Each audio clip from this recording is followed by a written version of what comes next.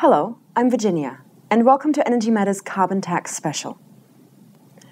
Details of Australia's carbon pricing scheme have been announced. Australia's 500 largest polluters, each responsible for over 25,000 tonnes of emissions annually, will be required to pay an initial $23 a tonne from July next year. The carbon tax is hoped to encourage a reduction in carbon pollution of 160 million tonnes by 2020, the equivalent of taking 45 million cars off the road. Over half of the money paid by big polluters will provide assistance to households in the form of tax cuts and payment increases. Some affected industries will also receive compensation to assist them to become more energy efficient and switch to clean energy sources.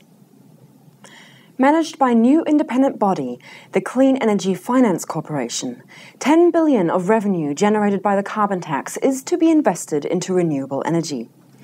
The Australian Solar Energy Society says that big solar is a winner after the announcement, with new investment providing the financial settings that large-scale projects need to get off the ground. $40 million has also been earmarked for the Remote Indigenous Power Program to help Indigenous communities invest in solar power. An independent authority, the Australian Renewable Energy Agency, will also be set up to manage $3.2 billion of renewable energy funding. The Sustainable Energy Association of Australia says that the new investments will encourage innovation, diversify Australia's economy, and create new jobs. The Clean Energy Council says the federal government's carbon tax is an opportunity for Australia to boost renewable energy and the transition to a low-carbon economy. The Council says that the carbon tax will turbocharge the clean energy sector in an industry let down by successive governments in Australia.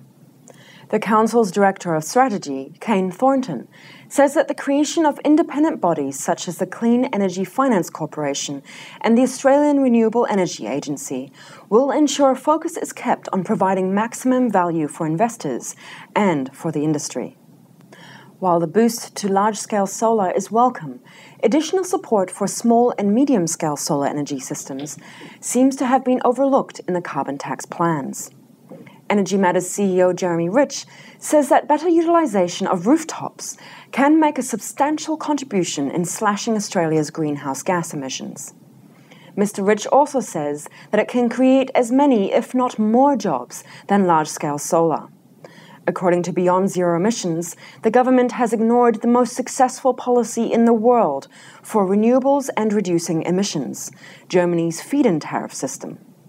Australia currently has a fractured feed-in tariff scheme with states offering their own programs. The programs change, creating confusion for consumers and instability for the solar industry. A national uniform feed-in tariff would provide surety for investors and businesses operating in the sector and encourage more households to turn their rooftops into solar generators. Thanks for watching, and don't forget to check the Energy Matters website for more information on the carbon tax announcement and other renewable energy news.